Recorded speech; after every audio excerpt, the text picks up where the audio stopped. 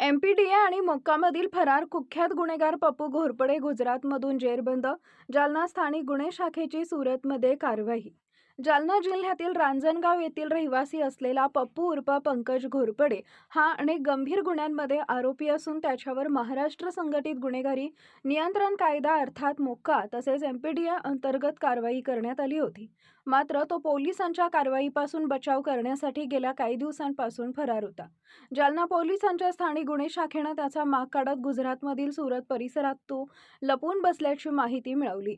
या माहितीच्या आधारे पोलीस निरीक्षक पंकज जाधव यांच्या पथकानं गुजरातमध्ये जाऊन सापळा रचला आणि 19 जून रोजी आरोपीला ताब्यात घेतले. त्यानंतर त्याला जालना इथं आणून पुढील कायदेशीर कारवाई सुरू करण्यात आली आहे. विशेष म्हणजे 13 जून रोजी बदनापूर पोलीस ठाण्याच्या हद्दीत घडलेल्या घरफोडीच्या गुन्ह्यातही पप्पू घोरपडेचा सहभाग समोर आला होता. या गुन्ह्यात रोख रक्कम आणि दागिन्यांची चोरी झाल्याची नोंद असून त्याच्या विरोधात गुन्हा दाखल करण्यात आला होता.